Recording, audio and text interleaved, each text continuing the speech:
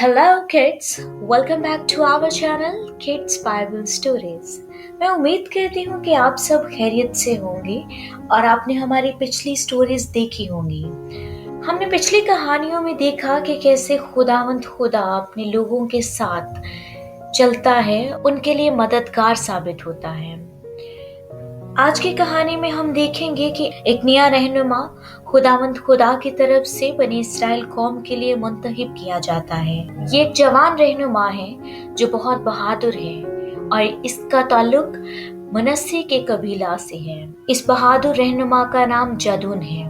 इन बातों के बाद यूं हुआ कि नून का बेटा यीशुआ खुदावंद का बंदा 110 बरस का होकर रखलत कर गया। इस्राएली खुदावंद की परस्तिश यीशुआ के जीते जी और उन बुजुर्गों के जीते जी करते रहे जो यीशुआ के बाद जिंदा रहे और खुदावंद के सब कामों से जो उसने इस्राएलियों के लिए किए वाकिफ थे। बनी इस्राएल ने खुदावंद के आगे बदी की और खुदावंद ने उनको 7 बरस तक मदियानियों के हाथ में रखा। मदियानियों का हाथ इस्राएलियों पर गालिब हुआ और मदियानियों के सबब से बनी इस्राएल ने अपने लिए गार बना लिए। ऐसा होता था कि जब बनी इस्राएल कुछ बोते थे तो मदियानी और अमालेकी और अहले मशरिक उन पर चढ़ आते थे और उनके मुकाबिल डेरे लगाकर खेतों की पैदावार को बर्बाद कर डालते थे।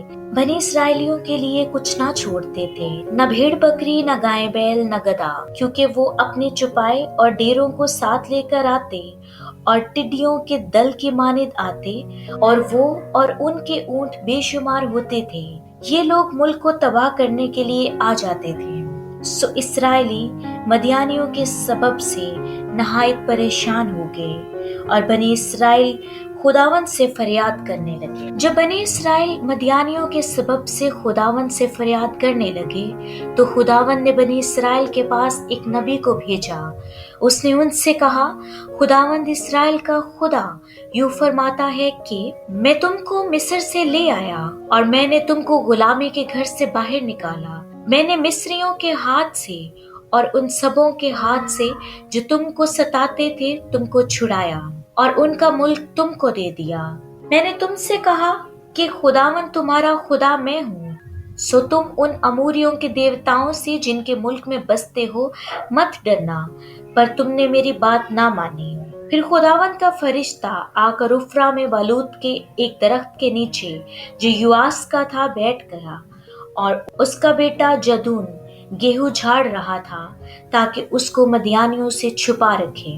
खुदावंद का फरिश्ता उसे दिखाई देकर उससे कहने लगा, ए जबरदस्त सूरमा, खुदावंद तेरे साथ है। जदून ने उससे कहा, ए मेरे मालिक, अगर खुदावंद ही हमारे साथ है तो हम पर ये हादसे क्यों गुजरे?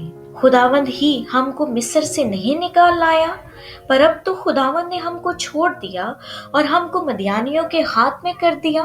तब खुदावंद ने उस पर निगाह की और कहा, तू इसी जोर से जा और बनी इस्राएल को मदियानियों के हाथ से छुड़ा। क्या मैंने तुझे नहीं भेजा?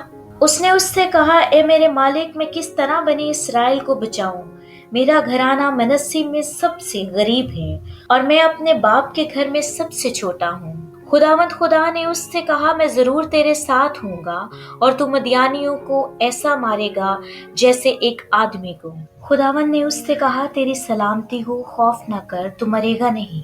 तब जदून ने वहां खुदावंद के लिए मज़बा बनाया और उसका नाम यहोवा सालूम रखा। और उसी रात खुदावंद ने उससे कहा कि अपने बाप का जवान बैल, यानी वो दूसरा बैल जो 7 बरस का है, ले और बाल के मज़बा को जो तेरे बाप ने बनाया है ढा दे और उसके पास की ये सीरत को काट डाल।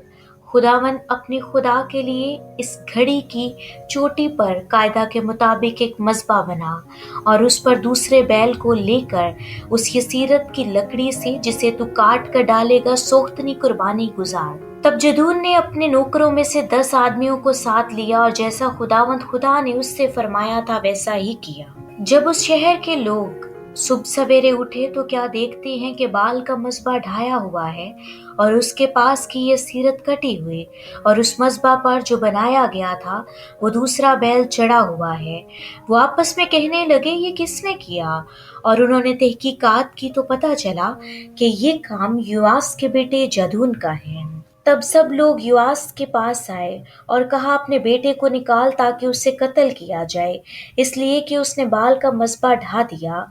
युवास ने उन सबों से जो उसके सामने खड़े थे कहा, क्या तुम बाल के वास्ते झगड़ा करोगे? क्या तुम उसे बचा लोगे? जो कोई उसकी तरफ से झगड़ा करेगा वो इसी सुबह मारा जाएगा। अगर वो खुदा है तो अपने लिए झगड़ा करे, क्योंकि किसी ने उसका मसबा ढा दिया। आज की कहानी में हमने देखा कि खुदावंद खुदा अपने लोगों की दुआओं का जवाब देता है। जब भी हम उसे पुकारते हैं, हम उससे दुआ करते हैं, वो हमारी दुआ का जवाब जरूर देता है। हमें हमेशा बुराई से किनारा करना चाहिए और उसके एक काम को मानना चाहिए। मैं उम्मीद करती हूँ आज की कहानी भी आपको पसंद आई होगी। हमारी वीडियो को लाइक, सब्सक्राइब और शेयर जरूर कीजिएगा। अपनी राय कमेंट्स में हमारे साथ जरूर शेयर कीजिएगा। Thank you so much.